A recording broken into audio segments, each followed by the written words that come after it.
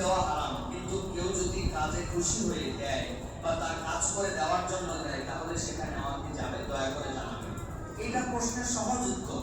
আপনি একটা position hold করেন, এই জন্য আপনার কাছে ঘুষ দেয়, আপনি ঘুষ নেন না, আপনার কাছে এসে বলছে আপনাকে হাদিয়া দিলাম, তাহলে আপনি আমার এই কাজটা করে দেন। আপনি ওই পদটা ছেড়ে দেন, ওই পদে আপনি নাই, আপনার কাছে মানুষ টাকা দিতে আসবে?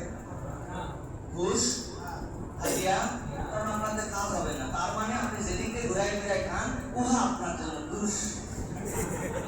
অতএব আপনি এই সকল হাদিয়ার ভক্কর চক্করবাজি করে, বকশিসের ভক্কর চক্করবাজি করে, টিপসের ভক্কর চক্করবাজি করে, অথবা সাবেক আমলের স্পিড মানির নাম দিয়া এরকম কোনো কিছু গ্রহণ করা শরীয়তে জায়েজ নাই। সাফ সাফ কথা।